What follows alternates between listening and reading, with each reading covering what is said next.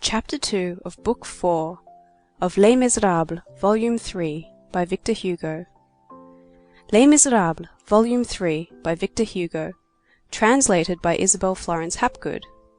Book 4, The Friends of the ABC, Chapter 2, Blondow's Funeral Oration by Bossuet. On a certain afternoon, which had, as will be seen hereafter, some coincidence with the events heretofore related, Laigle de Meaux was to be seen leaning in a sensual manner against the door-post of the Café Moussin. He had the air of a caryatid on a vacation. He carried nothing but his reverie, however. He was staring at the Place Saint-Michel. To lean one's back against a thing is equivalent to lying down while standing erect, which attitude is not hated by thinkers.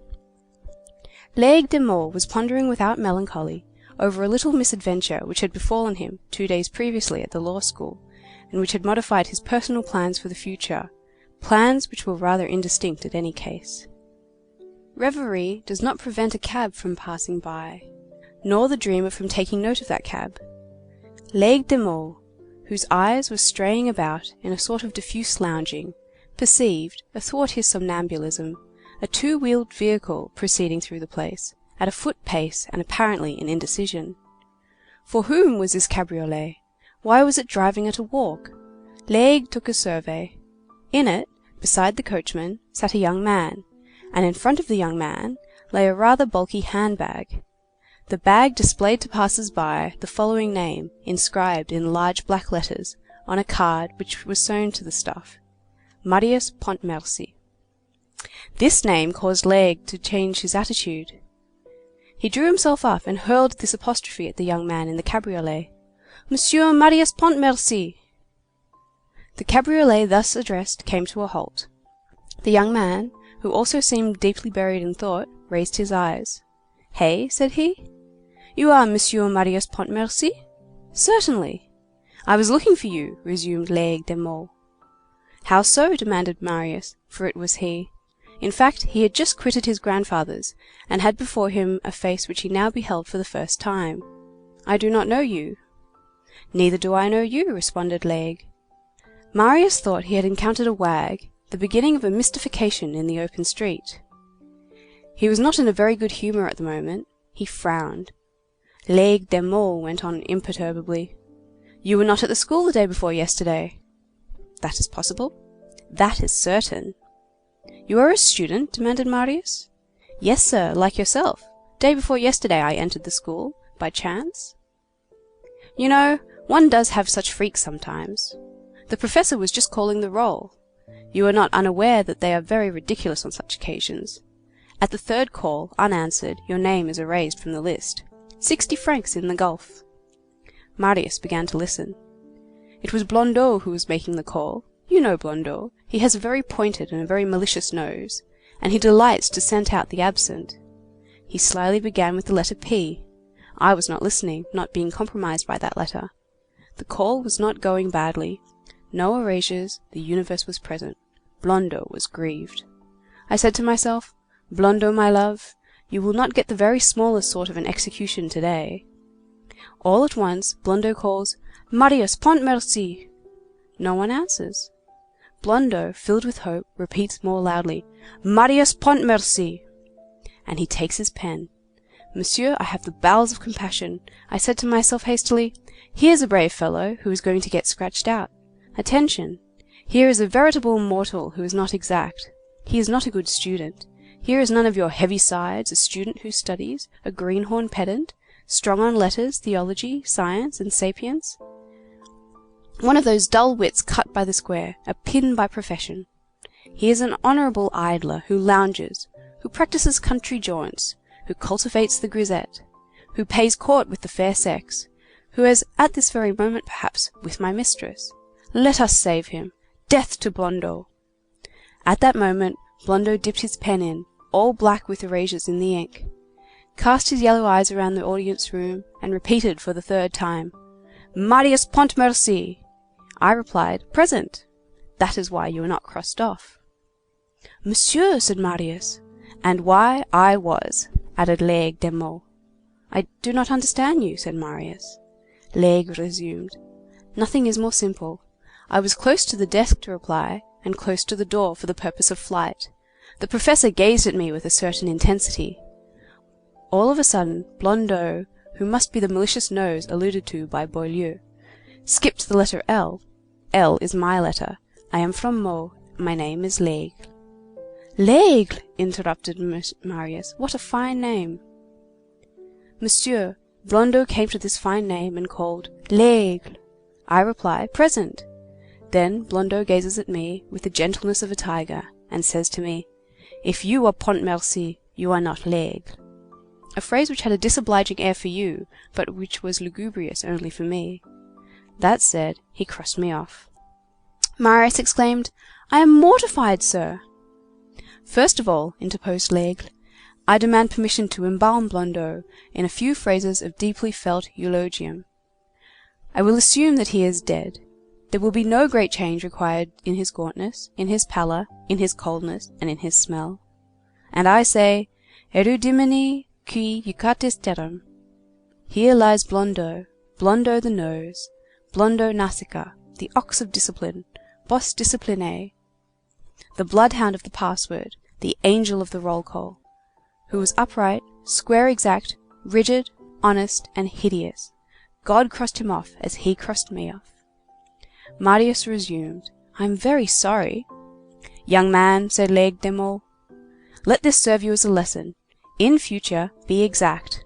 I really beg you 1,000 pardons. Do not expose your neighbour to the danger of having his name erased again. I am extremely sorry. Laigle burst out laughing. And I am delighted. I was on the brink of becoming a lawyer. This erasure saves me. I renounce the triumphs of the bar. I shall not defend the widow, and I shall not attack the orphan. No more toga, no more stage. Here is my erasure, all ready for me. It is to you that I am indebted for it, Monsieur Pontmercy. I intend to pay a solemn call of thanks upon you. Where do you live? In this cab, said Marius. A sign of opulence, retorted Laigle calmly. I congratulate you. You have there a rent of 9,000 francs per annum. At that moment, Courfeyrac emerged from the café. Marius smiled sadly. I have paid this rent for the last 2 hours, and I aspire to get rid of it. But there is a sort of history attached to it, and I don't know where to go. Come to my place, sir, said Courfeyrac. I have the priority, observed Laigle, but I have no home. Hold your tongue, Bossuet, said Courfeyrac. Bossuet, said Marius, but I thought that your name was Laigle. De Meaux, replied Laigle. By metaphor, Bossuet. Courfeyrac entered the cab. Coachman, said he, Hôtel de la Porte Saint-Jacques. And that very evening, Marius found himself installed in a chamber of the Hôtel de la Porte Saint-Jacques, side by side with Courfeyrac. End of chapter 4. Chapter 3 of Book 4 of Les Misérables, Volume 3 by Victor Hugo. Les Misérables, Volume 3 by Victor Hugo. Translated by Isabel Florence Hapgood. Book 4, The Friends of the ABC. Chapter 3, Marius's Astonishments. In a few days, Marius had become Courfeyrac's friend. Youth is a season for prompt welding and the rapid healing of scars. Marius breathed freely in Courfeyrac's society, a decidedly new thing for him. Courfeyrac put no questions to him. He did not even think of such a thing. At that age, faces disclose everything on the spot. Words are superfluous. These are young men of whom it can be said that their countenances chatter. One look at them, and one knows them.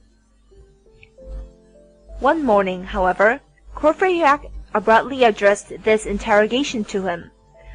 By the way, have you any political opinions? The idea, said Marius, almost affronted by the question.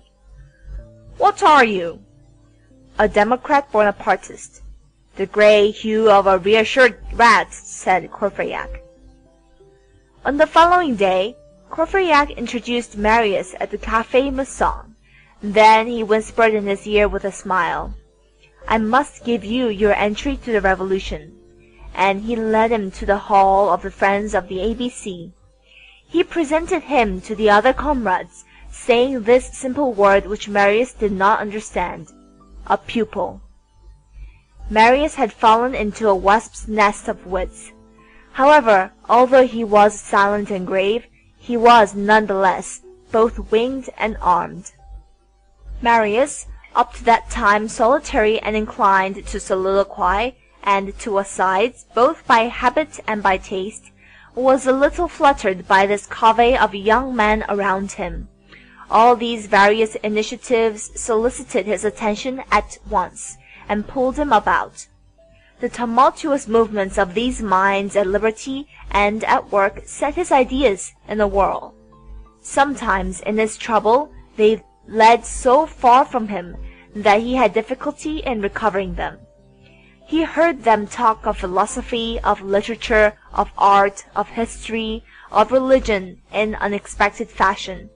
He caught glimpses of strange aspects, and, as he did not place them in proper perspective, he was not altogether sure that it was not chaos that he grasped. On abandoning his grandfather's opinions for the opinions of his father, he had supposed himself fixed. With uneasiness, and without daring to avow it to himself, that he was not. The angle at which he saw everything began to be displaced anew. A certain oscillation set all the horizons of his brains in motion. An odd interval of setting. He almost suffered from it. It seemed as though there were no consecrated things for those young men. Marius heard singular propositions on every sort of subject, which embarrassed his still timid mind. A theatre poster presented itself, adorned with the title of a tragedy from the ancient repertory called classic. "Down with tragedy dear to the bourgeois," cried Barruel, and Marius heard Combeferre reply, "You are wrong, Barruel. The bourgeoisie loves tragedy, and the bourgeoisie must be left at peace on that score. Bewigged tragedy has a reason for its existence, and I am not one of those who, by the order of Aeschylus, contest its right to existence. There are rough outlines in nature. There are in creation ready-made parodies, a beak which is not a beak, wings which are not wings, gills which are not gills, paws which are not paws, a cry of pain which arouses a desire to laugh. There is the duck. Now, since poultry exists by the side of the bird, I do not see why classic tragedy should not exist in the face of antique tragedy." Or chance decreed that Marius should traverse Rue Jean-Jacques Rousseau between Angelus and Courfeyrac. Courfeyrac took his arm. "Pay attention. This is the Rue Plâtrier, now called Rue Jean-Jacques Rousseau, on account of a singular household which lived in it 60 years ago. This consisted of Jean-Jacques and Therese. From time to time, little beings were born here. Therese gave birth to them. Jean-Jacques represented them as foundlings." And Angelus addressed Courfeyrac roughly. "Silence in the presence of Jean-Jacques. I admire that man. He denied his own children, that may be, but he adopted the people." Not one of these young men articulated the word "the Emperor." Jean Prouvaire alone sometimes said Napoleon. All the others said Bonaparte. Angelus pronounced it Buonaparte. Marius was vaguely surprised. Initium sapientiae. End of Book 4, Chapter 3. Chapter 4 of Book 4 of Les Misérables, Volume 3, by Victor Hugo. Les Misérables, Volume 3, by Victor Hugo, translated by Isabel Florence Hapgood. Book 4, The Friends of the ABC. Chapter 4, The Back Room of the Café Musain. One of the conversations among the young men at which Marius was present and in which he sometimes joined was a veritable shock to his mind. This took place in the back room of the Café Musain. Nearly all of the friends of the ABC had convened that evening. The argand lamp was solemnly lighted. They talked of one thing and another, without passion and with noise. With the exception of Enjolras and Marius, who held their peace, all were haranguing rather at haphazard. Conversations between comrades sometimes are subject to these peaceable tumults.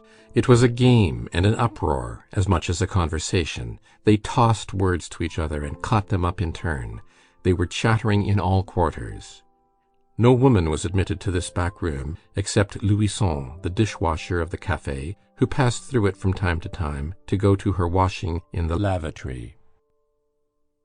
Grantaire, thoroughly drunk, was deafening the corner of which he had taken possession, reasoning and contradicting at the top of his lungs, and shouting, "I am thirsty! Mortals! I am dreaming that the tun of Heidelberg has an attack of apoplexy, and that I am one of the dozen leeches which will be applied to it.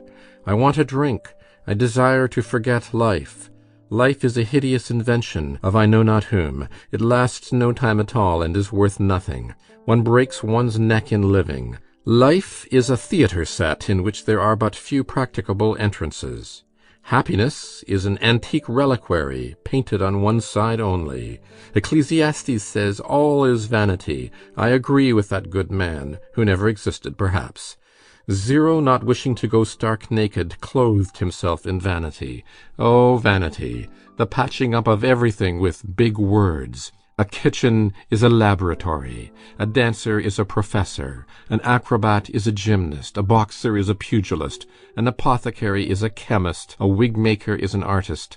A hodman is an architect. A jockey is a sportsman. A woodlouse is a terrigibranche.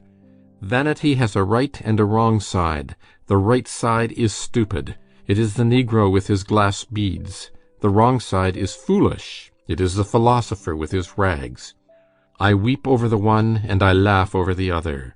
What are called honours and dignities, and even dignity and honour, are generally of pinchbeck.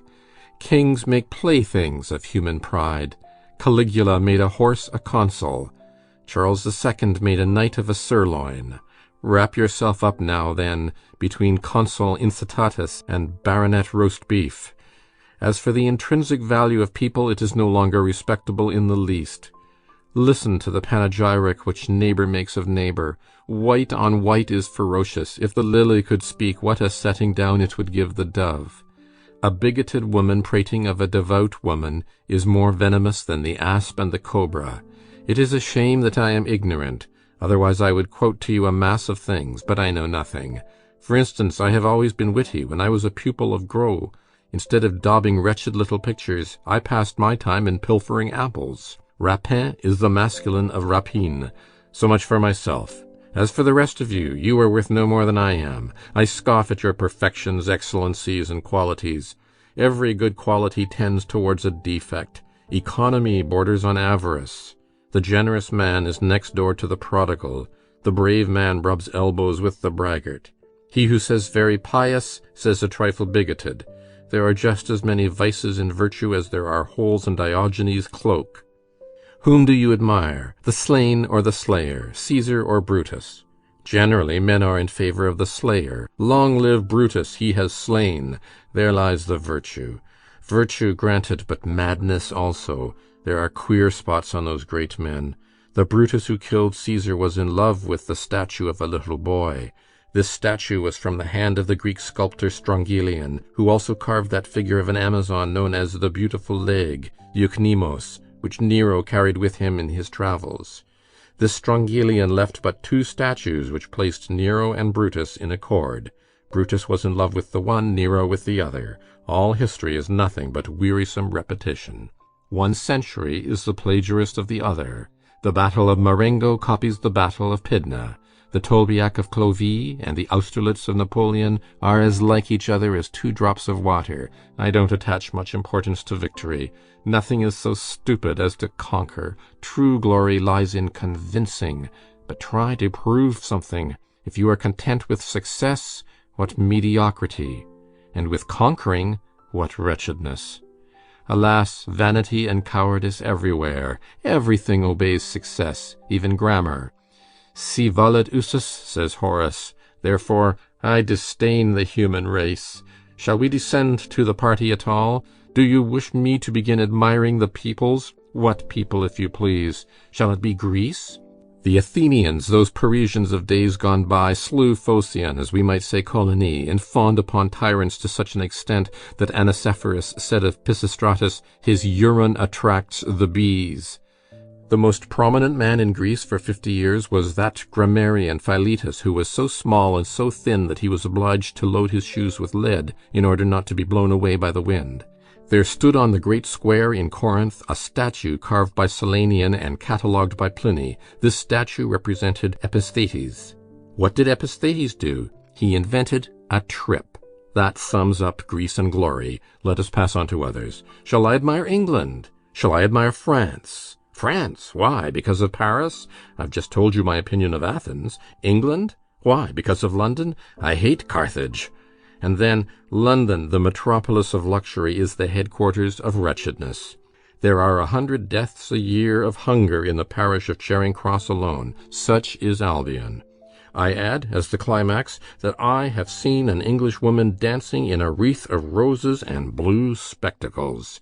A fig, then, for England. If I do not admire John Bull, shall I admire brother Jonathan? I have but little taste for that slave-holding brother. Take away time is money, what remains of England? Take away cotton is king, and what remains of America? Germany is the lymph. Italy is the bile. Shall we go into ecstasies over Russia? Voltaire admired it. He also admired China.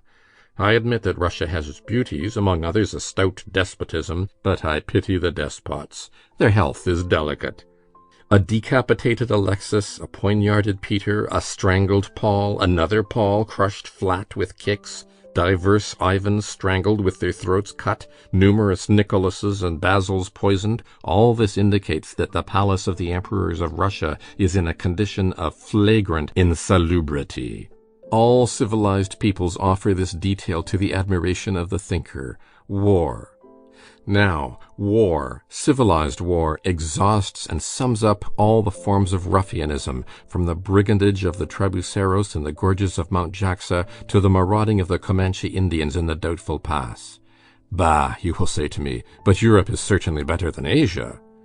I admit that Asia is a farce, but I do not precisely see what you find to laugh at in the Grand Lama, you peoples of the West who have mingled with your fashions and your elegances all the complicated filth of majesty, from the dirty chemise of Queen Isabella to the chamber chair of the Dauphin.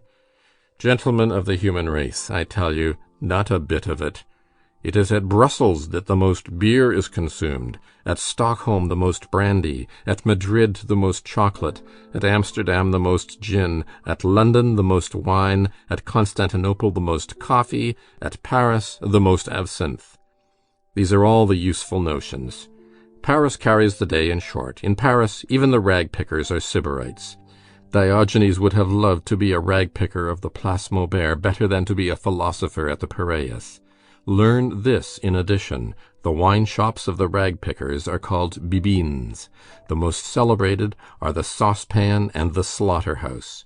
Hence, tea-gardens, goguettes, cabelots, boui-boui, mastroquets, basringues, manazangs, bibines of the rag-pickers, caravanseries of the caliphs. I certify to you, I am a voluptuary. I eat at Richard's at 40 sous a head. I must have Persian carpets to roll naked Cleopatra in. Where is Cleopatra? Ah, so it is you, Louison. Good day. Thus did Grantaire, more than intoxicated, launch into speech, catching at the dishwasher in her passage from his corner in the back room of the Café Musain. Bossuet, extending his hand towards him, tried to impose silence on him, and Grantaire began again, worse than ever. Aigle de Meaux, down with your paws. You produce on me no effect with your gesture of Hippocrates refusing Artaxerxes' bric-a-brac. I excuse you from the task of soothing me. Moreover, I am sad. What do you wish me to say to you? Man is evil, man is deformed. The butterfly is a success. Man is a failure. God made a mistake with that animal. A crowd offers a choice of ugliness. The first comer is a wretch. Femme, woman, rhymes with infâme, infamous. Yes, I have the spleen complicated with melancholy, with homesickness, plus hypochondria, and I am vexed, and I rage, and I yawn, and I am bored, and I am tired to death, and I am stupid. Let God go to the devil." "Silence, then, capital R," resumed Bossuet, who was discussing a point of law behind the scenes, and who was plunged more than waist-high in a phrase of judicial slang, of which this is the conclusion. "And as for me, although I am hardly a legist, and at the most an amateur attorney, I maintain this, that in accordance with the terms of the customs of Normandy, at Saint-Michel, and for each year, an equivalent must be paid to the profit of the lord of the manor, saving the rights of others, and by all and several, the proprietors as well as those seized with inheritance, and that, for all emphyteuses, leases, freeholds, contracts of domain, mortgages—" "Echo, plaintive nymph," hummed Grantaire. Near Grantaire, an almost silent table, a sheet of paper, an inkstand, and a pen between 2 glasses of brandy announced that a vaudeville was being sketched out. This great affair was being discussed in a low voice, and the 2 heads at work touched each other. "Let us begin by finding names. When one has the names, one finds the subject." "That is true. Dictate, I will write." "Monsieur Dorimont." "An independent gentleman?" "Of course." "His daughter?" "Celestine." "Tine. What next?" "Colonel Saint-Val." "Saint-Val is stale. I should say Valsin." Beside the vaudeville aspirants, another group, which was also taking advantage of the uproar to talk low, was discussing a duel. An old fellow of 30 was counselling a young one of 18, and explaining to him what sort of an adversary he had to deal with. "The deuce! Look out for yourself. He is a fine swordsman. His play is neat. He has the attack, no wasted feints, wrist, dash, lightning, a just parade, mathematical parries, bigre, and he is left-handed." In the angle opposite Grantaire, Joly and Bahorel were playing dominoes and talking of love. "You are in luck, that you are," Joly was saying. "You have a mistress who is always laughing." "That is a fault of hers," returned Bahorel. "One's mistress does wrong to laugh. That encourages one to deceive her. To see her gay removes your remorse. If you see her sad, your conscience pricks you." "Ingrate! A woman who laughs is such a good thing, and you never quarrel." "That is because of the treaty which we have made. On forming our little holy alliance, we assigned ourselves each our frontier, which we never cross. What is situated on the side of winter belongs to Vaud, on the side of the wind to Gex. Hence the peace. Peace is happiness digesting. And you, Joly, where do you stand in your entanglement with Mamselle? You know whom I mean." "She sulks at me with cruel patience." "Yet you are a lover to soften the heart with gauntness." "Alas!" "In your place I would let her alone."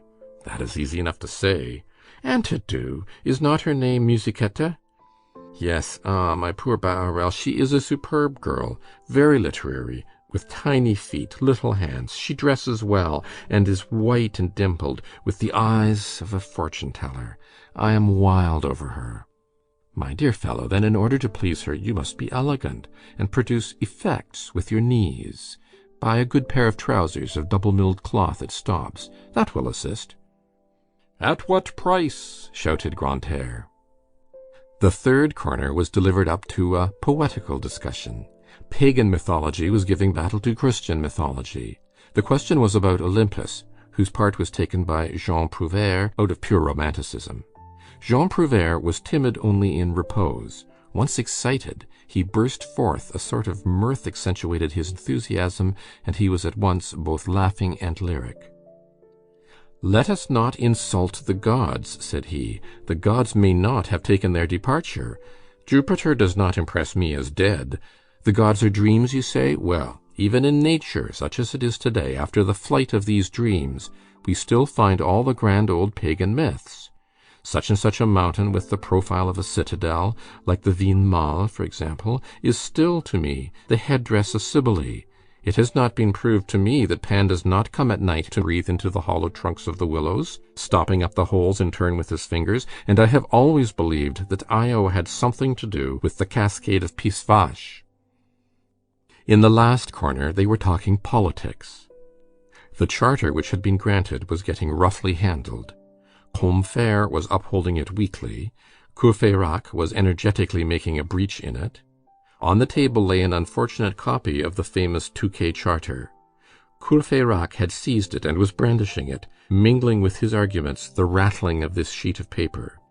"In the first place, I won't have any kings. If it were only from an economical point of view, I don't want any. A king is a parasite. One does not have kings gratis. Listen to this, the dearness of kings. At the death of Francois I, the national debt of France amounted to an income of 30,000 livres. At the death of Louis XIV, it was 2 milliards, 600 millions, at 28 livres the mark, which was equivalent in 1760, according to Desmarais, to 4 milliards, 500 millions, which would today be equivalent to 12 milliards. In the second place, and no offense to Combeferre, a charter granted is but a poor expedient of civilization. To save the transition, to soften the passage, to deaden the shock, to cause the nation to pass insensibly from the monarchy to democracy by the practice of constitutional fictions. What detestable reasons all those are! No, no, let us never enlighten the people with false daylight. Principles dwindle and pale in your constitutional cellar. No illegitimacy, no compromise, no grant from the king to the people. In all such grants there is an Article 14. By the side of the hand which gives, there is the claw which snatches back. I refuse your charter point blank. A charter is a mask. The lie lurks beneath it. A people which accepts a charter abdicates. The law is only the law when entire. No, no charter. It was winter. A couple of faggots were crackling in the fireplace. This was tempting, and Courfeyrac could not resist. He crumpled the poor Touquet Charter in his fist and flung it in the fire. The paper flashed up. Combeferre watched the masterpiece of Louis XVIII burn philosophically, and contented himself with saying, "The Charter metamorphosed into flame."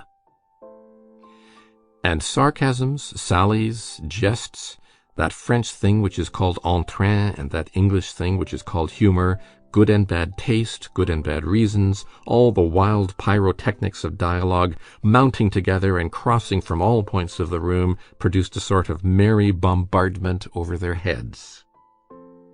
End of Book 4, Chapter 4. Chapter 5 of Book 4 of Les Misérables, Volume 3, by Victor Hugo. Les Misérables, Volume 3, by Victor Hugo. Translated by Isabel Florence Hapgood. Book 4, The Friends of the ABC. Chapter 5, Enlargement of Horizon. The shocks of youthful minds among themselves have this admirable property, that one can never foresee the spark, nor divine the lightning flash. What will dart out presently, no one knows. The burst of laughter starts from a tender feeling. At the moment of jest, the serious makes its entry. Impulses depend on the first chance word. The spirit of each is sovereign.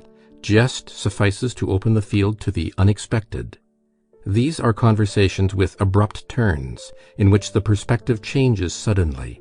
Chance is the stage manager of such conversations. A severe thought, starting oddly from a clash of words, suddenly traversed the conflict of quips in which Grantaire, Bahorel, Prouvaire, Bossuet, Combeferre, and Courfeyrac were confusedly fencing. How does a phrase crop up in a dialogue? Whence comes it that it suddenly impresses itself on the attention of those who hear it? We have just said that no one knows anything about it. In the midst of the uproar, Bossuet all at once terminated some apostrophe to Combeferre with this date: June 18th, 1815, Waterloo. At this name of Waterloo, Marius, who was leaning his elbows on a table beside a glass of water, removed his wrist from beneath his chin and began to gaze fixedly at the audience. "Pardieu!" exclaimed Courfeyrac. Parbleu was falling into disuse at this period. "That number 18 is strange and strikes me. It is Bonaparte's fatal number. Place Louis in front and Brumaire behind, and you have the whole destiny of the man, with this significant peculiarity, that the end treads close on the heels of the commencement." Enjolras, who had remained mute up to that point, broke the silence and addressed this remark to Combeferre. "You mean to say the crime and the expiation." This word crime overpassed the measure of what Marius, who was already greatly agitated by the abrupt evocation of Waterloo, could accept. He rose, walked slowly to the map of France spread out on the wall, and at whose base an island was visible in a separate compartment, laid his finger on this compartment, and said, "Corsica, a little island which has rendered France very great." This was like a breath of icy air. All ceased talking. They felt that something was on the point of occurring. Bahorel, replying to Bossuet, was just assuming an attitude of the torso to which he was addicted. He gave it up to listen. Enjolras, whose blue eye was not fixed on anyone, and who seemed to be gazing at space, replied, without glancing at Marius, "France needs no Corsica to be great. France is great because she is France, quia nomina leo." Marius felt no desire to retreat. He turned towards Enjolras, and his voice burst forth with a vibration which came from a quiver of his very being. "God forbid that I should diminish France, but amalgamating Napoleon with her is not diminishing her. Come, let us argue the question. I am a newcomer among you, but I will confess that you amaze me. Where do we stand? Who are we? Who are you? Who am I? Let us come to an explanation about the Emperor.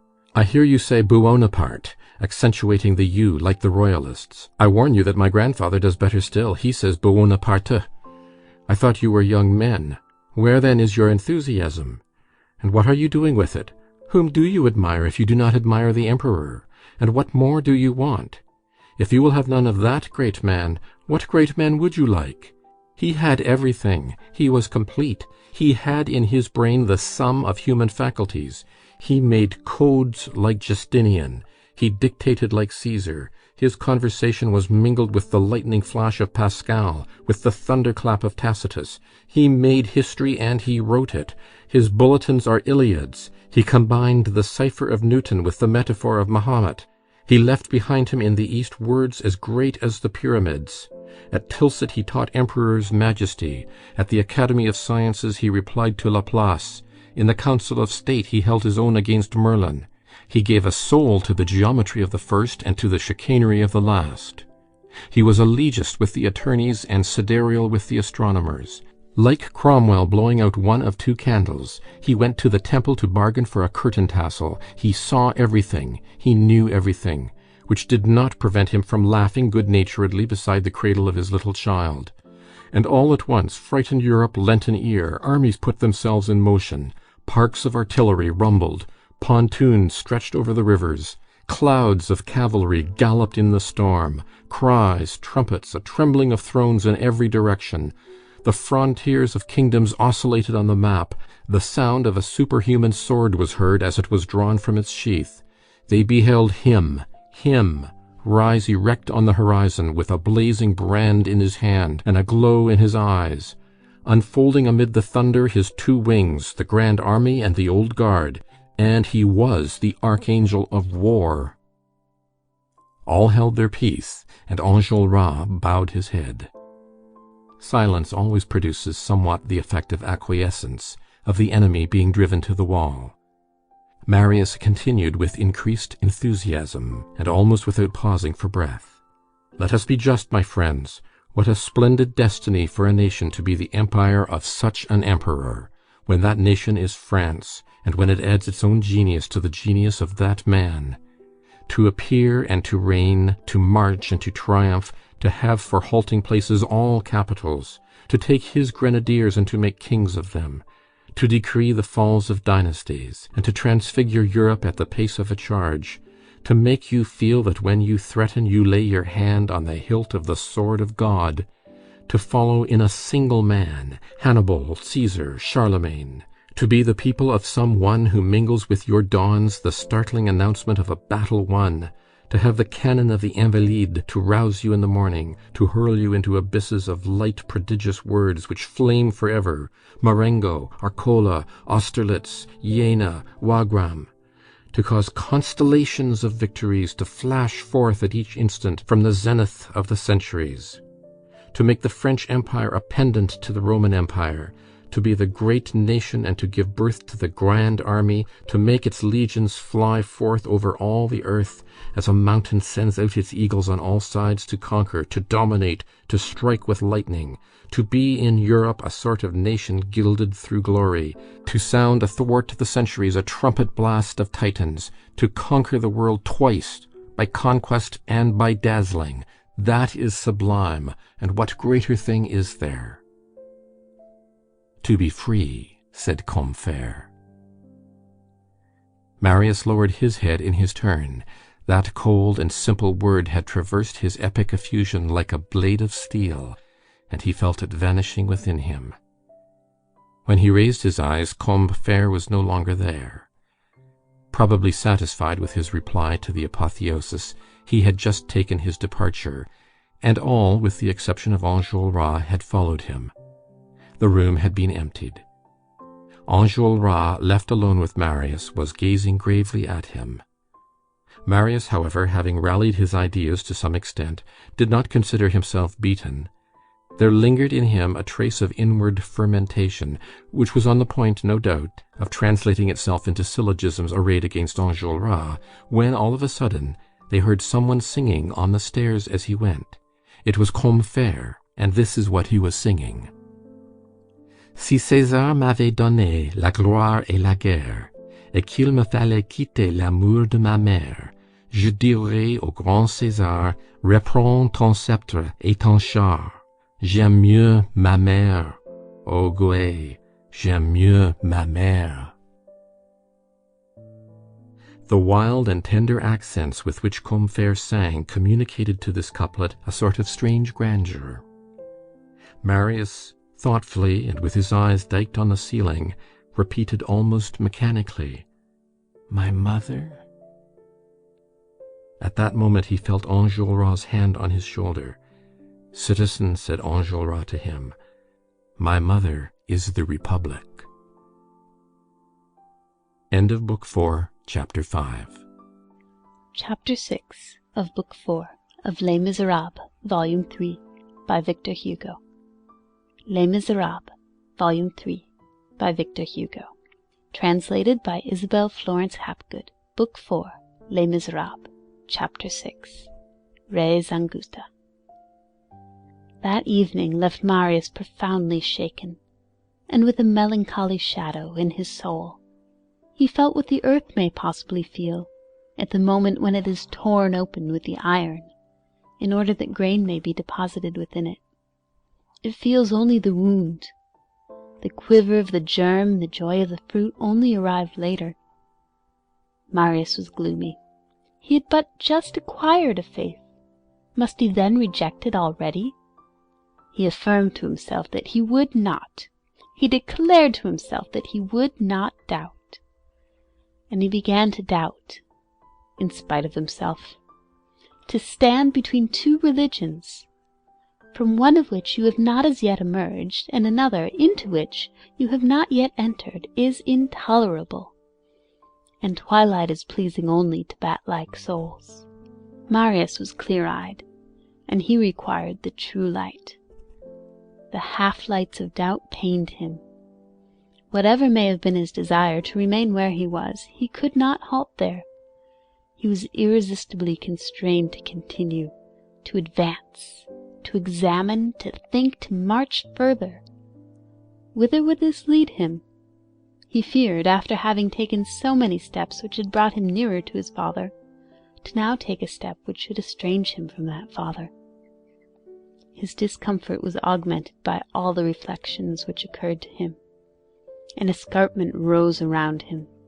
He was in accord neither with his grandfather nor with his friends. Daring in the eyes of the one, he was behind the times in the eyes of the other, and he recognized the fact that he was doubly isolated, on the side of age and on the side of youth. He ceased to go to the Café Musain. In the troubled state of his conscience, he no longer thought of certain serious sides of existence. The realities of life do not allow themselves to be forgotten. They soon elbowed him, abruptly. One morning the proprietor of the hotel entered Marius's room and said to him, "Monsieur Courfeyrac answered for you." "Yes, but I must have my money." "Request Courfeyrac to come and talk with me," said Marius. Courfeyrac having made his appearance, the host left them. Marius then told him what it had not before occurred to him to relate, that he was the same as alone in the world, and had no relatives. "What is to become of you?" said Courfeyrac. "I do not know in the least," replied Marius. "What are you going to do?" "I do not know." "Have you any money?" 15 francs. "Do you want me to lend you some?" "Never." "Have you clothes?" "Here is what I have." "Have you trinkets?" "A watch." "Silver?" "Gold. Here it is." "I know a clothes dealer who will take your frock coat and a pair of trousers." "That is good." "You will then have only a pair of trousers, a waistcoat, a hat, and a coat." "And my boots." "What? You will not go barefoot? What opulence!" "That will be enough." "I know a watchmaker who will buy your watch." "That is good." "No, it is not good. What will you do after that?" "Whatever is necessary. Anything honest, that is to say." "Do you know English?" "No." "Do you know German?" "No." "So much the worse." "Why?" "Because one of my friends, a publisher, is getting up a sort of an encyclopedia, for which you might have translated English or German articles. It is badly paid work, but one can live by it." "I will learn English and German." "And in the meanwhile?" "In the meanwhile I will live on my clothes and my watch." The clothes dealer was sent for. He paid 20 francs for the cast-off garments. They went to the watchmaker's. He bought the watch for 45 francs. "That is not bad," said Marius to Courfeyrac on their return to the hotel.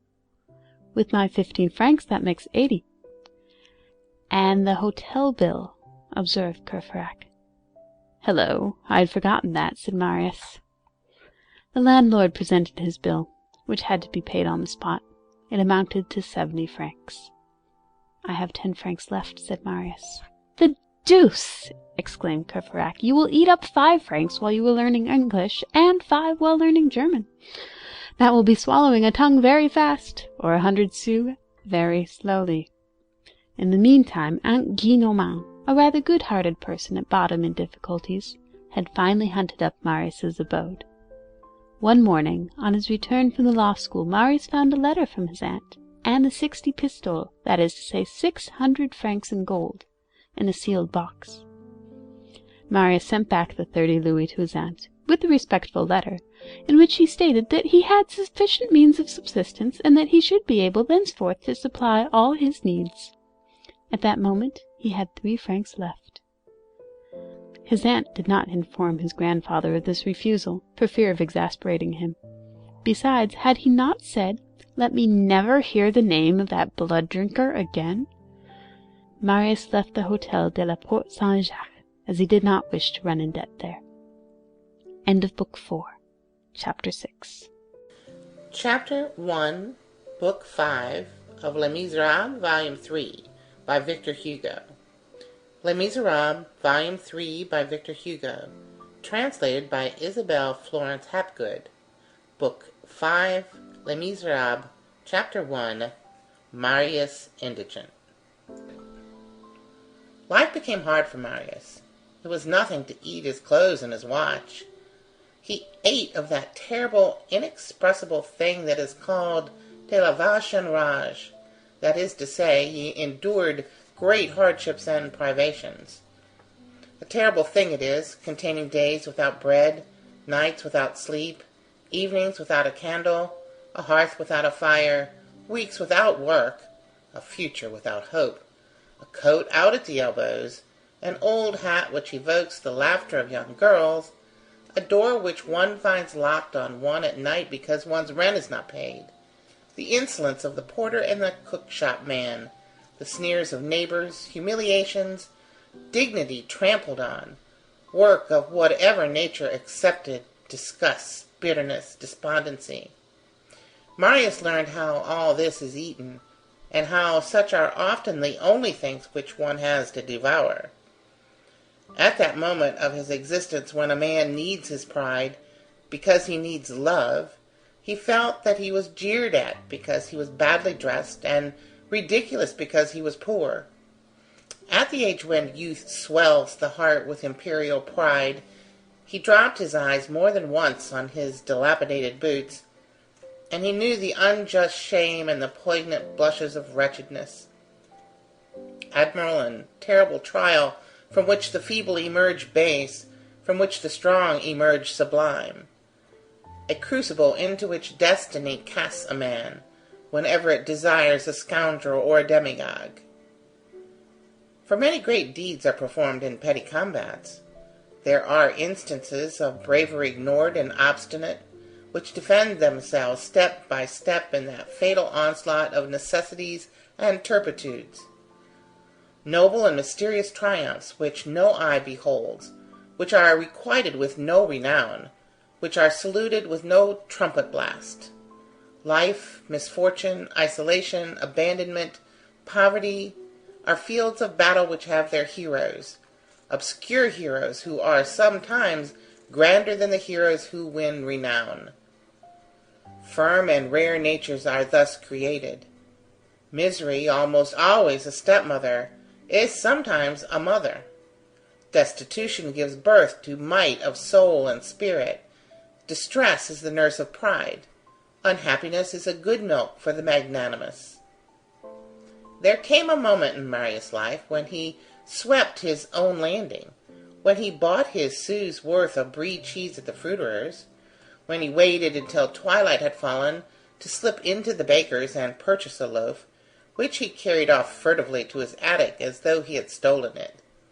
Sometimes there could be seen gliding into the butcher's shop on the corner, in the midst of the bantering cooks who elbowed him, an awkward young man, carrying big books under his arm, who had a timid yet angry air, who on entering removed his hat from a brow whereon stood drops of perspiration, made a profound bow to the butcher's astonished wife, asked for a mutton cutlet, paid 6 or 7 sous for it, wrapped it up in a paper, put it under his arm between 2 books, and went away.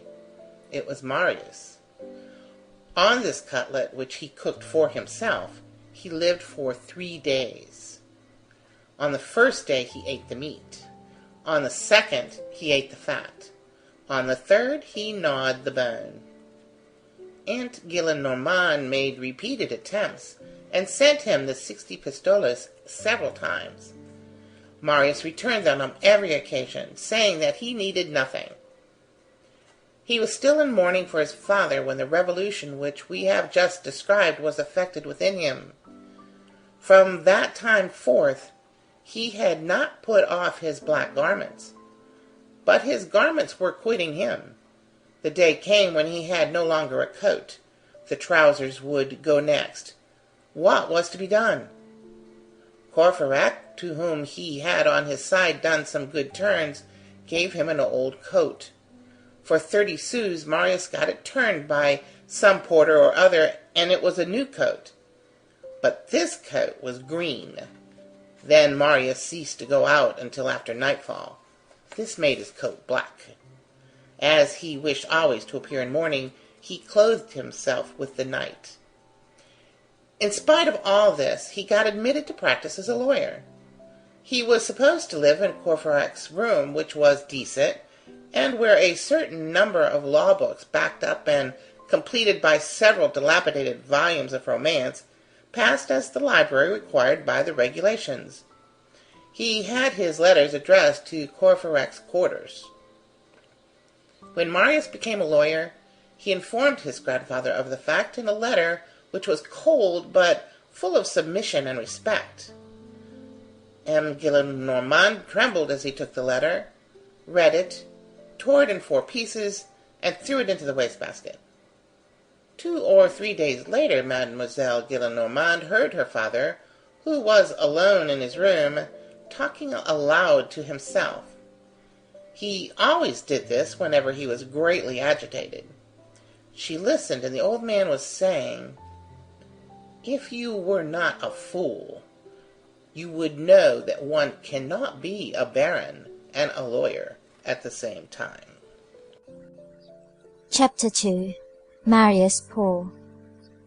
It is the same with wretchedness as with everything else. It ends by becoming bearable. It finally assumes a form, and adjusts itself. One vegetates, that is to say, one develops in a certain meagre fashion, which is, however, sufficient for life.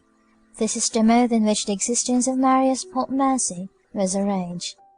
He had passed the worst straits, the narrow pass was opening out a little in front of him. By dint of toil, perseverance, courage, and will, he had managed to draw from his work about 700 francs a year. He had learned German and English, thanks to Courfeyrac, who had put him in communication with his friend, the publisher. Marius filled the modest post of utility man in literature at the publishing house. He drew prospectuses, translated newspapers, annotated editions, compiled biographies, etc. Net product, year in and year out, 700 francs.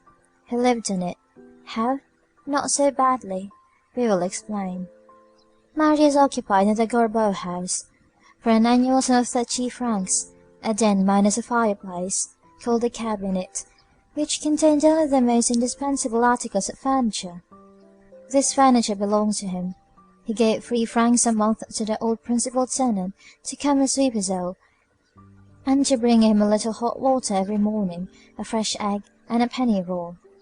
He breakfasted on his egg and roll.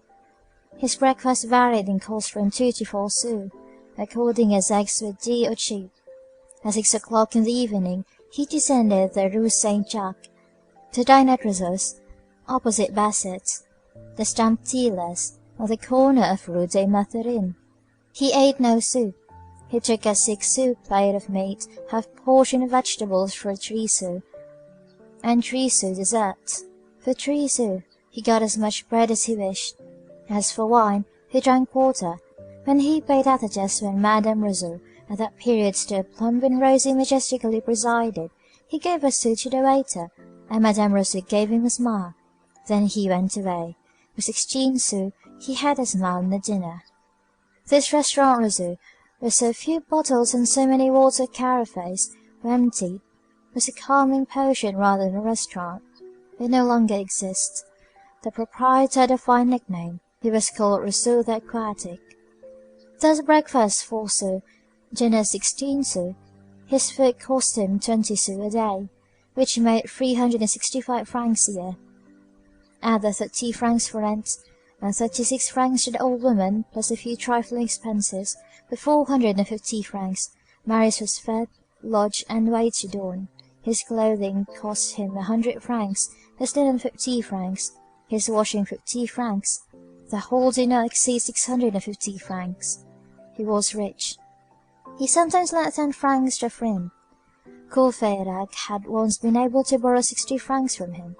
As far as fire was concerned, as Marius had no fireplace, he had simplified matters. Marius always had 2 complete suits of clothes, the one old for every day, the other brand new for special occasions. Both were black. He had but 3 shirts, one on his person, the second in the commode, and the third in the washwoman's hands. He renewed them as they wore out. They were always ragged, which caused him to button his coat to the chin. It had required years for Marius to attain this flourishing condition. Hard years, difficult, some of them, to traverse, others to climb. Marius had not failed for a single day. He had endured everything in the way of destitution. He had done everything except contract debts. He did himself the justice to say that he had never owed any one a sou. A debt was, to him, the beginning of slavery. He even said to himself that a creditor is worse than a master, for the master possesses only a person, a creditor possesses your dignity, and can administer to it a box on the ear. Rather than borrow, he went without food. He had passed many a day fasting, feeling that all extremes meet, and that, if one is not on one's guard, lowered fortunes may lead to baseness of soul. he kept a jealous watch on his pride.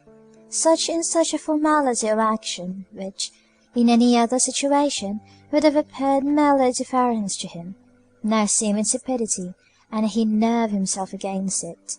His face wore a sort of severe flush. He was timid even to rudeness. During all these trials he had felt himself encouraged and even uplifted, at times, by a secret force that he possessed within himself. The soul aids the body, and at certain moments he raises it.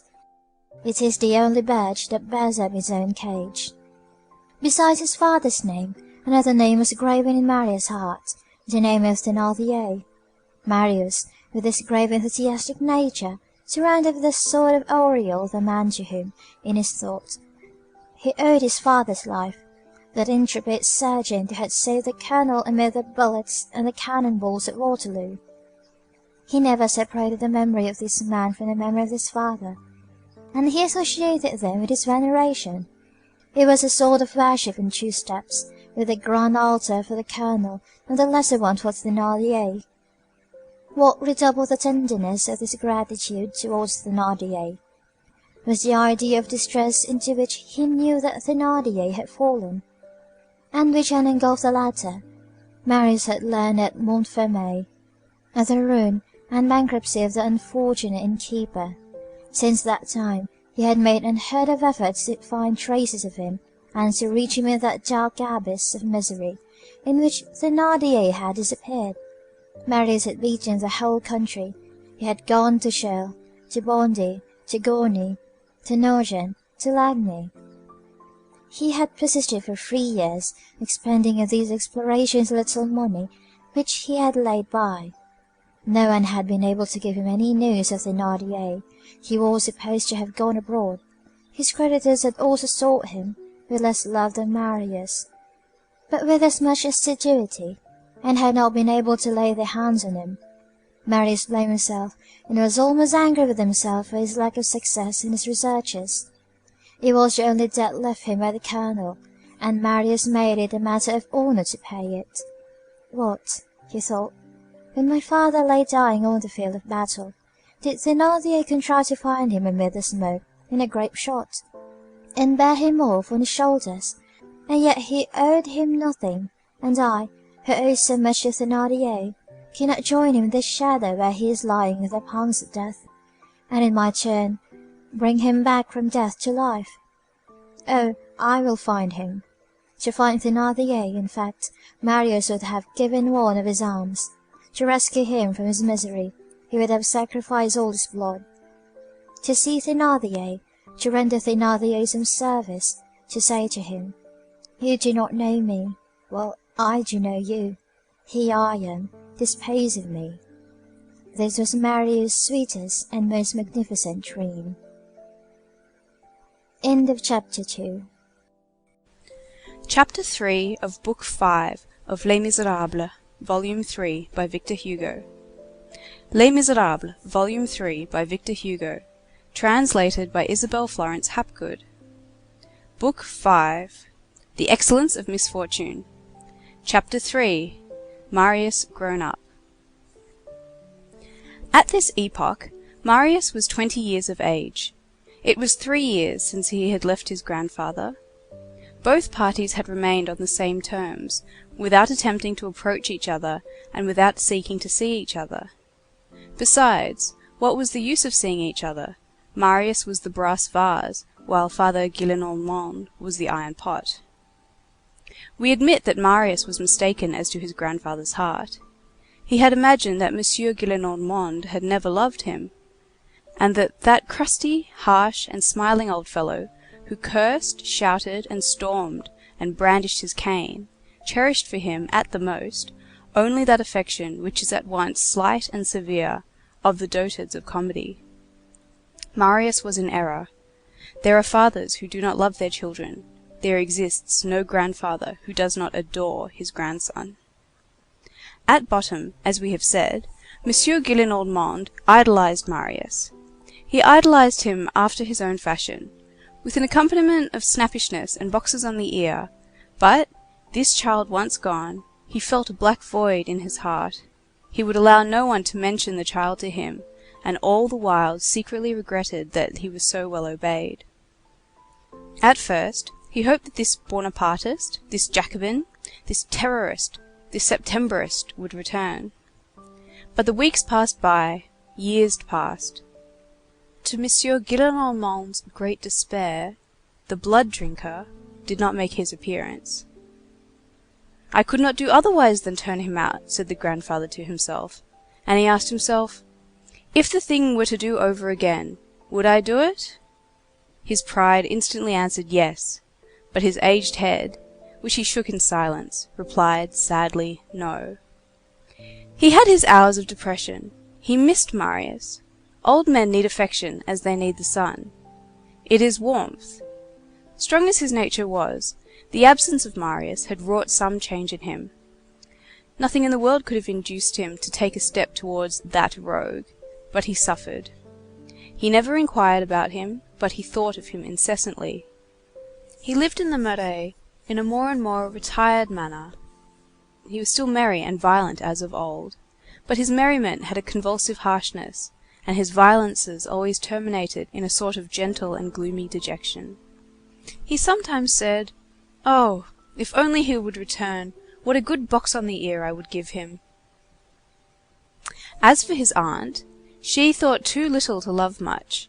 Marius was no longer for her much more than a vague black form, and she eventually came to occupy herself with him much less than with the cat or the paroquet which she probably had.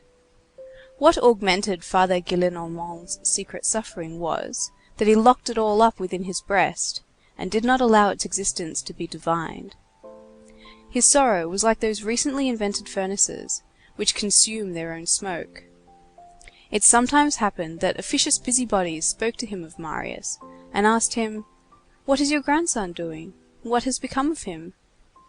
The old bourgeois replied with a sigh, that he was a sad case, and giving a fillip to his cuff, if he wished to appear gay, "Monsieur le Baron de Pontmercy is practising pettifogging in some corner or other." While the old man regretted, Marius applauded himself. As is the case with all good-hearted people, misfortune had eradicated his bitterness. He thought only of M. Gillenormand in an amiable light, but he had set his mind on not receiving anything more from the man who had been unkind to his father. This was the mitigated translation of his first indignation. Moreover, he was happy at having suffered, and at suffering still. It was for his father's sake. The hardness of his life satisfied and pleased him.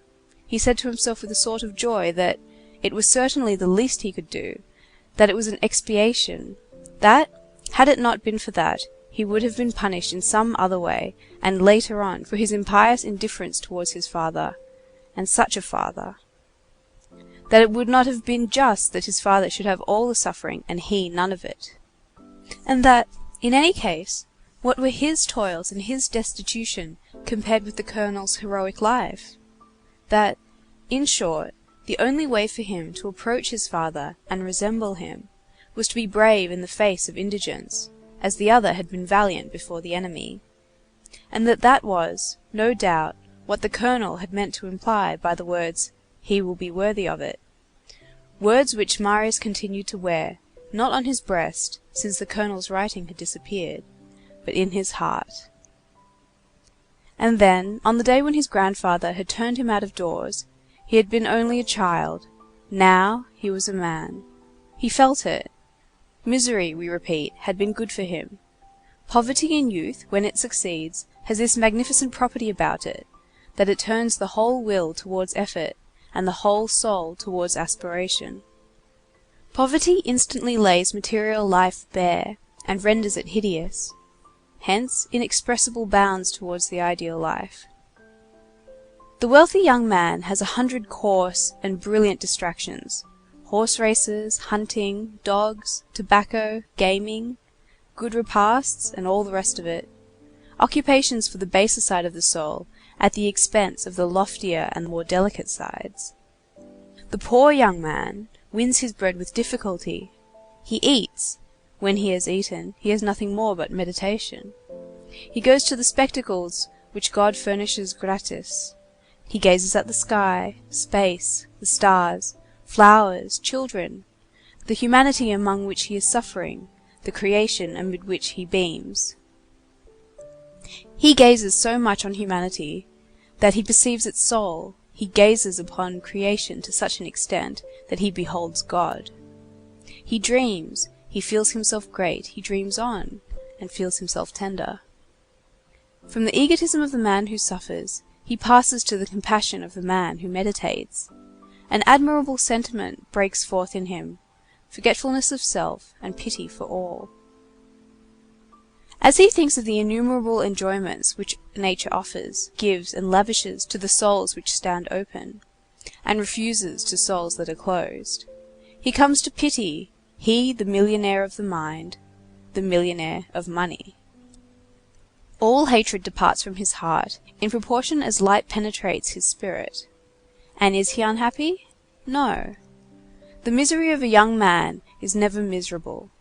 The first young lad who comes to hand, however poor he may be, with his strength, his health, his rapid walk, his brilliant eyes, his warmly circulating blood, his black hair, his red lips, his white teeth, his pure breath, will always arouse the envy of an aged emperor. And then, every morning, he sets himself afresh to the task of earning his bread, and while his hands earn his bread, his dorsal column gains pride, his brain gathers ideas. His task is finished, he returns to ineffable ecstasies, to contemplation, to joys. He beholds his feet set in afflictions, in obstacles on the pavement, in the nettles, sometimes in the mire, his head in the light. He is firm, serene, gentle, peaceful, attentive, serious, content with little, kindly, and he thanks God for having bestowed on him those two forms of riches which many a rich man lacks: work, which makes him free, and thought, which makes him dignified. This is what happened with Marius. To tell the truth, he inclined a little too much to the side of contemplation. From the day when he had succeeded in earning his living with some approach to certainty, he had stopped, thinking it good to be poor, and retrenching time from his work to give to thought, that is to say, he sometimes passed entire days in meditation, absorbed, engulfed, like a visionary, in the mute voluptuousness of ecstasy and inward radiance. He had thus propounded the problem of his life, to toil as little as possible at material labour, in order to toil as much as possible at the labour which is impalpable. In other words, to bestow a few hours on real life, and to cast the rest to the infinite. As he believed that he lacked nothing, he did not perceive that contemplation, thus understood, ends by becoming one of the forms of idleness, that he was contenting himself with conquering the first necessities of life, and that he was resting from his labours too soon. It was evident that, for this energetic and enthusiastic nature, this could only be a transitory state, and that, at the first shock against the inevitable complications of destiny, Marius would awaken. In the meantime, although he was a lawyer, and whatever Father Gillenormand thought about the matter, he was not practising, he was not even pettifogging. Meditation had turned him aside from pleading. To haunt attorneys, to follow the court, to hunt up cases, what a bore!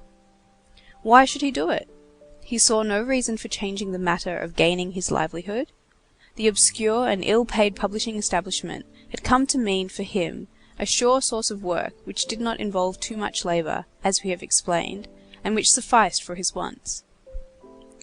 One of the publishers for whom he worked, Monsieur Magimel, I think, offered to take him into his own house, to lodge him well, to furnish him with regular occupation, and to give him 1,500 francs a year.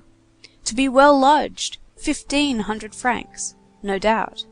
But renounce his liberty, be fixed on wages, a sort of hired man of letters.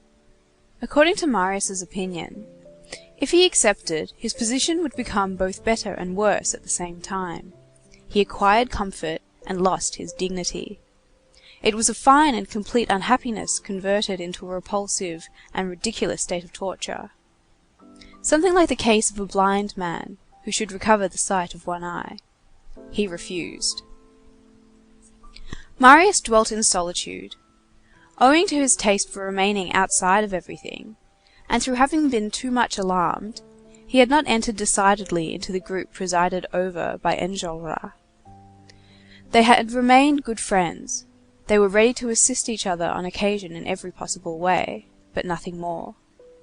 Marius had two friends, one young, Courfeyrac, and one old, Monsieur Mabeuf. He inclined more to the old man. In the first place, he owed to him the revolution which had taken place within him. To him he was indebted for having known and loved his father. He operated on me for a cataract, he said. The churchwarden certainly played a decisive part. It was not, however, that Monsieur Mabeuf had been anything but the calm and impassive agent of Providence in this connection. He had enlightened Marius by chance, and without being aware of the fact, as does a candle which someone brings. He had been the candle, and not the someone. As for Marius's inward political revolution, Monsieur Mabeuf was totally incapable of comprehending it, of willing or of directing it. As we shall see Monsieur Mabeuf again later on, a few words will not be superfluous. End of Book 5, Chapter 3. Chapter 4 of Book 5 of Les Misérables, Volume 3, by Victor Hugo. Les Misérables, Volume 3, by Victor Hugo, translated by Isabel Florence Hapgood. Book 5, The Excellence of Misfortune. Chapter 4, Monsieur Mabeuf. On the day when Monsieur Mabeuf said to Marius, "Certainly I approve of political opinions," he expressed the real state of his mind. All political opinions were matters of indifference to him, and he approved them all, without distinction, provided they left him in peace, as the Greeks called the Furies, the beautiful, the good, the charming, the Eumenides. Monsieur Mabeuf's political opinion consisted in a passionate love for plants, and above all, for books. Like all the rest of the world, he possessed the termination in "ist," without which no one could exist at that time. But he was neither a royalist, a Bonapartist, a Chartist, an Orleanist, nor an anarchist. He was a bouquinist, a collector of old books. He did not understand how men could busy themselves with hating each other because of silly stuff like the Charter, democracy, legitimacy, monarchy, the Republic, etc., when there were in the world all sorts of mosses, grasses, and shrubs which they might be looking at, and heaps of folios, and even of 32 mots, which they might turn over. He took good care not to become useless. Having books did not prevent his reading, being a botanist did not prevent his being a gardener. When he made Pontmercy's acquaintance, this sympathy had existed between the colonel and himself, that what the colonel did for flowers, he did for fruits. Monsieur Mabeuf had succeeded in producing seedling pears, as savoury as the pears of Saint-Germain. It is from one of his combinations, apparently, that the October Mirabelle, now celebrated and no less perfumed than the summer Mirabelle, owes its origin. He went to mass rather from gentleness than from piety, and because, as he loved the faces of men but hated their noise, he found them assembled and silent only in church. Feeling that he must be something in the state, he had chosen the career of warden. However, he had never succeeded in loving any woman as much as a tulip bulb, nor any man as much as an Elzevir. He had long passed 60 when, one day, some one asked him, "Have you never been married?" "I have forgotten," said he. When it sometimes happened to him, and to whom does it not happen, to say, "Oh, if I were only rich," it was not when ogling a pretty girl, as was the case with Father Gillenormand, but when contemplating an old book. He lived alone with an old housekeeper. He was somewhat gouty, and when he was asleep, his aged fingers, stiffened with rheumatism, lay crooked up in the folds of his sheets. He had composed and published a Flora of the Environs of Cauteretz, with coloured plates, a work which enjoyed a tolerable measure of esteem and which sold well. People rang his bell in the Rue Mésières 2 or 3 times a day to ask for it. He drew as much as 2,000 francs a year from it. This constituted nearly the whole of his fortune. Although poor, he had had the talent to form for himself, by dint of patience, privations, and time, a precious collection of rare copies of every sort. He never went out without a book under his arm, and he often returned with 2. The sole decoration of the 4 rooms on the ground floor which composed his lodgings consisted of framed herbariums and engravings of the old masters. The sight of a sword or a gun chilled his blood.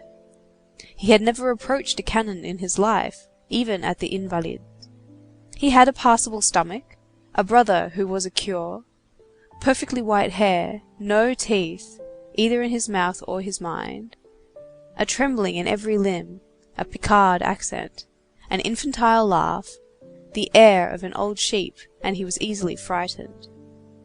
Add to this, that he had no other friendship, no other acquaintance among the living, than an old bookseller of the Porte Saint-Jacques, named Royal.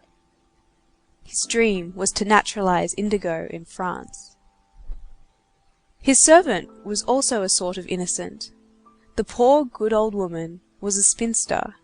Sultan, her cat, which might have mewed Allegri's Misérables in the Sixtine Chapel, had filled her heart and sufficed for the quantity of passion which existed in her. None of her dreams had ever proceeded as far as a man. She had never been able to get further than her cat. Like him, she had a moustache. Her glory consisted in her caps, which were always white. She passed her time, on Sundays, after Mass, in counting over the linen in her chest, and in spreading out on her bed the dresses in the piece which she bought and had never made up. She knew how to read. Monsieur Mabeuf had nicknamed her Mother Plutarque. Monsieur Mabeuf had taken a fancy to Marius, because Marius, being young and gentle, warmed his age without startling his timidity. Youth combined with gentleness produces on old people the effect of the sun without wind. When Marius was saturated with military glory, with gunpowder, with marches and counter-marches, and with all those prodigious battles in which his father had given and received such tremendous blows of the sword, he went to see Monsieur Mabeuf, and Monsieur Mabeuf talked to him of his hero from the point of view of flowers. His brother the curé died about 1830, and almost immediately, as when the night is drawing on, the whole horizon grew dark for Monsieur Mabeuf. A notary's failure deprived him of the sum of 10,000 francs, which was all that he possessed in his brother's right and his own. The Revolution of July brought a crisis to publishing. In a period of embarrassment, the first thing which does not sell is a flora. The flora of the environs of Cauteretz stopped short. Weeks passed by without a single purchaser. Sometimes Monsieur Mabeuf started at the sound of the bell. "Monsieur," said Mother Plutarque sadly, "it is the water carrier." In short, one day, Monsieur Mabeuf quitted the Rue Mésières, abdicated the functions of warden, gave up Saint-Sulpice, sold not a part of his books, but of his prints, that to which he was least attached, and installed himself in a little house on the Rue Montparnasse, where, however, he remained but 1/4 for 2 reasons.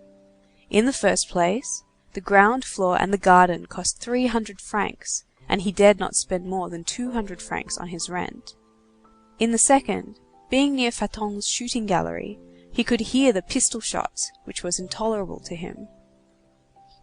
He carried off his flora, his copper plates, his herbariums, his portfolios, and his books, and established himself near the Salpêtrière, in a sort of thatched cottage of the village of Austerlitz, where, for 50 crowns a year, he got 3 rooms and a garden, enclosed by a hedge, and containing a well.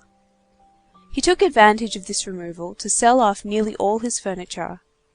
On the day of his entrance into his new quarters, he was very gay, and drove the nails on which his engravings and herbariums were to hang, with his own hands, dug in his garden the rest of the day, and at night, perceiving that Mother Plutarque had a melancholy air, and was very thoughtful, He tapped her on the shoulder and said to her with a smile, "We have the indigo." Only two visitors, the bookseller of the Porte Saint-Jacques and Marius, were admitted to view the thatched cottage at Austerlitz, a brawling name which was, to tell the truth, extremely disagreeable to him. However, as we have just pointed out, brains which are absorbed in some bit of wisdom or folly, or, as it often happens, in both at once, are but slowly accessible to the things of actual life. Their own destiny is a far-off thing to them. There results from such concentration a passivity which, if it were the outcome of reasoning, would resemble philosophy. One declines, descends, trickles away, even crumbles away, and yet is hardly conscious of it oneself. It always ends, it is true, in an awakening, but the awakening is tardy. In the meantime, it seems as though we held ourselves neutral in the game which is going on between our happiness and our unhappiness. We are the stake, and we look on at the game with indifference. It is thus that, athwart the cloud which formed about him, when all his hopes were extinguished one after the other, Monsieur Mabeuf remained rather puerilely, but profoundly serene. His habits of mind had the regular swing of a pendulum. Once mounted on an illusion, he went for a very long time, even after the illusion had disappeared. A clock does not stop short at the precise moment when the key is lost. Monsieur Mabeuf had his innocent pleasures. These pleasures were inexpensive and unexpected. The merest chance furnished them. One day, Mother Plutarque was reading a romance in one corner of the room. She was reading aloud, finding that she understood better thus. To read aloud is to assure oneself of what one is reading. There are people who read very loud, and who have the appearance of giving themselves their word of honour as to what they are perusing. It was with this sort of energy that Mother Plutarque was reading the romance which she had in hand. Monsieur Mabeuf heard her without listening to her. In the course of her reading, Mother Plutarque came to this phrase. It was a question of an officer of dragoons and a beauty. The beauty pouted, and the dragoon. Here she interrupted herself to wipe her glasses. Buddha and the dragon, struck in Monsieur Mabeuf in a low voice. Yes, it is true that there was a dragon which, from the depths of its cave, spouted flame through his maw, and set the heavens on fire. Many stars had already been consumed by this monster, which, besides, had the claws of a tiger. Buddha went into its den and succeeded in converting the dragon. That is a good book that you are reading, Mother Plutarque. There is no more beautiful legend in existence. And Monsieur Mabeuf fell into a delicious reverie. End of Book 5, Chapter 4. Chapters 5 and 6 of Book 5 of Les Misérables, Volume 3 by Victor Hugo. Les Misérables, Volume 3 by Victor Hugo. Translated by Isabel Florence Hapgood. Book number 5, The Excellence of Misfortune. Chapter 5, Poverty, a Good Neighbor for Misery. Marius liked this candid old man who saw himself gradually falling into the clutches of indigence, and who came to feel astonishment, little by little, without, however, being made melancholy by it. Marius met Courfeyrac and sought out Monsieur Mabeuf, very rarely, however, twice a month at most. Marius' pleasure consisted in taking long walks alone on the outer boulevards, or in the Champs de Mars, or in the least frequented alleys of the Luxembourg. He often spent half a day in gazing at a market garden, the beds of lettuce, the chickens on the dung heap, the horse turning the water wheel. The passers-by stared at him in surprise, and some of them thought his attire suspicious and his mien sinister. He was only a poor young man, dreaming in an objectless way. It was during one of his strolls that he hit upon the Gorbeau house, and tempted by its isolation and its cheapness, had taken up his abode there. He was known there only under the name of Monsieur Marius. Some of his father's old generals or old comrades had invited him to go and see them, when they learned about him. Marius had not refused their invitations. They afforded opportunities of talking about his father. Thus he went from time to time to Comte Pajol, to General Bellavesne, to General Fririon, to the Invalides. There was music and dancing there. On such evenings Marius put on his new coat. But he never went to these evening parties or balls, except on days when it was freezing cold, because he could not afford a carriage, and he did not wish to arrive with boots otherwise than like mirrors. He said sometimes, but without bitterness, men are so made that in a drawing-room you may be soiled everywhere except on your shoes. In order to ensure a good reception there, only one irreproachable thing is asked of you. Your conscience? No. Your boots. All passions, except those of the heart, are dissipated by reverie. Marius' political fevers vanished thus. The revolution of 1830 assisted in the process by satisfying and calming him. He remained the same, setting aside his fits of wrath. He still held the same opinions, only they had been tempered. To speak accurately, he had no longer any opinions, he had sympathies. To what party did he belong? To the party of humanity. Out of humanity he chose France. Out of the nation he chose the people. Out of the people he chose the woman. It was to that point above all that his pity was directed. Now he preferred an idea to a deed, a poet to a hero. And he admired a book like Job more than an event like Marengo. And then, when, after a day spent in meditation, he returned in the evening through the boulevards, and caught a glimpse through the branches of the trees of the fathomless space beyond, the nameless gleams, the abyss, the shadow, the mystery, all that which is only human seemed very pretty indeed to him. He thought that he had, and he really had in fact, arrived at the truth of life and of human philosophy, and he had ended by gazing at nothing but heaven, the only thing which truth can perceive from the bottom of her well. This did not prevent him from multiplying his plans, his combinations, his scaffoldings, his projects for the future.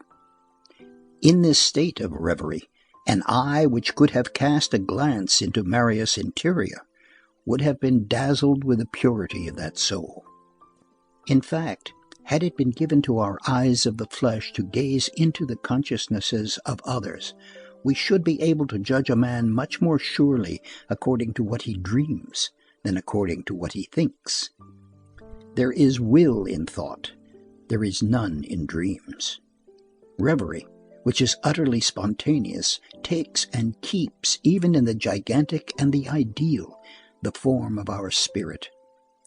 Nothing proceeds more directly and more sincerely from the very depths of our soul than our unpremeditated and boundless aspirations toward the splendors of destiny. In these aspirations, much more than in deliberate, rational, coordinated ideas, is the real character of a man to be found. Our chimeras are the things which the most resemble us. Each one of us dreams of the unknown and the impossible in accordance with his nature. Towards the middle of this year 1831, the old woman who waited on Marius told him that his neighbors, the wretched Jondrette family, had been turned out of doors.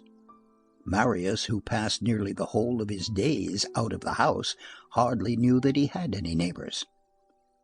"Why are they turned out?" he asked. "Because they do not pay their rent. They owe for 2 quarters. "How much is it?" 20 francs, said the old woman. Marius had 30 francs saved up in a drawer. "Here," he said to the old woman, "take these 25 francs, pay for the poor people, and give them 5 francs, and do not tell them that it was I." Chapter 6. The Substitute. It chanced that the regiment to which Lieutenant Théodule belonged came to perform garrison duty in Paris. This inspired Aunt Gillenormand with a second idea.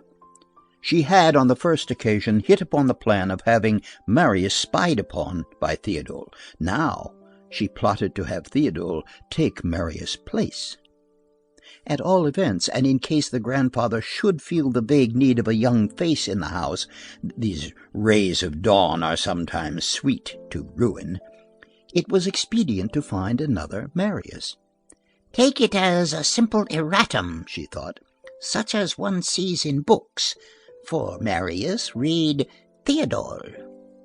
A grandnephew is almost the same as a grandson. In default of a lawyer, one takes a lancer.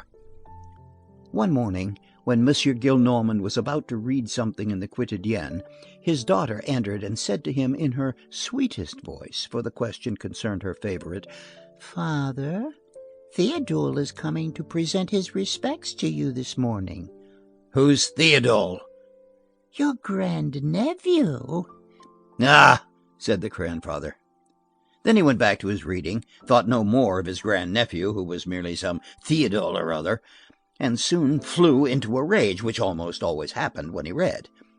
The sheet which he held, although royalist of course, announced for the following day, without any softening phrases, one of these little events which were of daily occurrence at that date in Paris, that the students of the schools of law and medicine were to assemble on the Place du Panthéon at midday to deliberate. The discussion concerned one of the questions of the moment, the artillery of the National Guard, and a conflict between the Minister of War and the citizens' militia. On the subject of the cannon parked in the courtyard of the Louvre, the students were to deliberate over this. It did not take much more than this to swell Monsieur Gillenormand's rage. He thought of Marius, who was a student, and who would probably go with the rest to deliberate at midday on the Place du Panthéon. As he was indulging in this painful dream, Lieutenant Théodule entered clad in plain clothes, as a bourgeois, which was clever of him, and was discreetly introduced by Mademoiselle Gillenormand. The lancer had reasoned as follows: "The old druid has not sunk all his money in a life pension. It is well to disguise oneself as a civilian from time to time."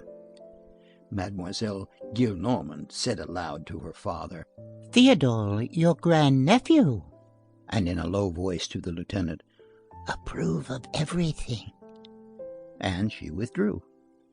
The lieutenant, who was but little accustomed to such venerable encounters, stammered with some timidity, a good day, uncle," and made a salute composed of the involuntary and mechanical outline of the military salute, finished off as a bourgeois salute. "Ah, so it's you. That's well. Sit down," said the old gentleman. That said, he totally forgot the lancer. Théodule seated himself, and Monsieur Gillenormand rose. Monsieur Gillenormand began to pace back and forth, his hands in his pockets, talking aloud and twitching with his irritated old fingers at the 2 watches which he wore in his 2 fobs. "That pack of brats! They convene on the Place du Panthéon. My life! Urchins who were with their nurses but yesterday. If one were to squeeze their noses, milk would burst out, and they deliberate tomorrow at midday. What are we coming to? What are we coming to? It is clear that we're making for the abyss. That is what descamisados have brought us to deliberate on the citizen artillery, to go and jabber in the open air over the jibes of the National Guard. And with whom are they to meet there? Just see whether Jacobinism leads. I will bet anything you like, 1,000,000 against a counter, that there will be no one there but returned convicts and released galley slaves, and the Republicans and the galley slaves. They form but one nose and one handkerchief. Carnot used to say, 'Where would you have me go, traitor?' Foch replied, "Wherever you please, imbecile." Oh, that's what the Republicans look. "That is true," said Théodule. Monsieur Gillenormand half turned his head, saw Théodule, and went on. "When one reflects that scoundrel was so vile as to turn Carbonaro, why did you leave my house to go and become a Republican? In the first place, the people want none of your republic. They have common sense. They know well that there always have been kings and that there always will be. They know well that the people are only the people, after all. They make sport of it, of your republic. Do you understand, idiot? Is it not a horrible caprice? To fall in love with Père Duchesne, to make sheep's eyes at the guillotine, to sing romances and play on the guitar under the balcony of 93? It's enough to make one spit on all these young fellows. Such fools are they. They are all alike. Not one escapes. It suffices for them to breathe the air which blows through the streets to lose their senses. The 19th century is poison. The first scamp that happens along let his beard grow like a goat's. Thinks himself a real scoundrel and abandons his old relatives. He's a Republican, he's a romantic. What does that mean, romantic? Do me the favor to tell me what it is. All possible follies. A year ago, they ran to Hernani. Now, just to ask you, Hernani antithesis, abominations, which are not even written in French. And then they have cannons in the courtyard of the Louvre. Well, such are the rascalities of the age. "You are right, uncle," said Théodule. Monsieur Gillenormand resumed. Cannons in the courtyard of the museum. Now, for what purpose? Do you want to fire grape shot at the Apollo Belvedere? What are those cartridges to do with the Venus de Medici? Oh, the young men of the present day are they're all blackguards. What a pretty creature is their Benjamin Constant. And those who are not rascals are simpletons, yes? They do all they can to make themselves ugly. They're badly dressed. They are afraid of women. In the presence of petticoats, they have a mendicant air which sets the girls into fits of laughter. On my word of honor. One would say the poor creatures are ashamed of love. They are deformed, and they complete themselves by being stupid. They repeat the puns of Tiercelin and Potier. They have sack coats, stablemen's waistcoats, shirts of coarse linen, trousers of coarse cloth, boots of coarse leather, and their rigmarole resembles their plumage. One might make use of their jargon to put new soles on their old shoes. And all this awkward batch of brats has political opinions, if you please. Political opinions should be strictly forbidden. They fabricate systems. They recast society, they demolish the monarchy, they fling all laws to the earth. They put the attic in the cellar's place, and my porter in the place of the king. They turn Europe topsy-turvy. They reconstruct the world, and all their love affairs consist in staring slyly at the ankles of the laundresses as these women climb into their carts. Oh, Marius, you blackguard, to go and vociferate on a public place, to discuss, to debate, to take measures. They call that measures. Just God. Disorder humbles itself and becomes silly. Yeah, I have seen chaos. Now I see a mess. Students deliberating on the National Guard. Such a thing could not be seen among the Ojibways nor the Cappadocians. Savages who go naked with their noodles dressed like a shuttlecock, with a club in their paws, are less of brutes than those bachelors of arts. Four-penny monkeys. And they set up for judges. Those creatures deliberate and rationate. The end of the world has come. This is plainly the end of this miserable terraqueous globe. The final hiccup was required, and France has omitted it. Deliberate, my rascals. Such things will happen so long as they go and read the newspapers under the arcades of the Odeon. that cost them a sou, and their good sense, and their intelligence, and their heart, and their soul, and their wits. They emerged thence and decamped from their families. All newspapers are pests, all, even the Drapeau Blanc. At bottom, Martinville was a Jacobin. Just heaven, you may boast of having driven your grandfather to despair. That you may. That is evident, said Théodule. And profiting by the fact that M. Gillenormand was taking breath, the lancer added in a magisterial manner, there should be no other newspaper than the Moniteur, and no other book than the Annuaire Militaire. M. Gillenormand continued, It is like their Sieyès, a regicide ending in a senator, for that is the way they always end. They give themselves a scar with the address of thou as citizens, in order to get themselves called eventually Monsieur le Comte. Monsieur le Comte as big as my arm, assassins of September. The philosopher Sieyès, I will do myself the justice to say that I have never had any better opinion of the philosophies of all those philosophers than of the spectacles of the grimacer of Tivoli. One day I saw the senators cross the Quai Malplaquet in mantles of violet velvet sewn with bees, with hats à la Henri IV. They were hideous. One would have pronounced them monkeys from the tiger's court. Citizens, I declare to you that your progress is madness, that your humanity is a dream, that your revolution is a crime, that your republic is a monster, that your young and virgin France comes from the brothel. And I maintain it against all, whoever you may be, whether journalists, economists, legists, or even were you better judges of liberty, of equality, and fraternity than the knife of the guillotine. And that I announce to you, my fine fellows. Parbleu, cried the lieutenant, that is wonderfully true. M. Gillenormand paused in a gesture which he had begun, wheeled round, stared Lancer Théodule intently in the eyes, and said to him, You are a fool. End of chapters 5 and 6.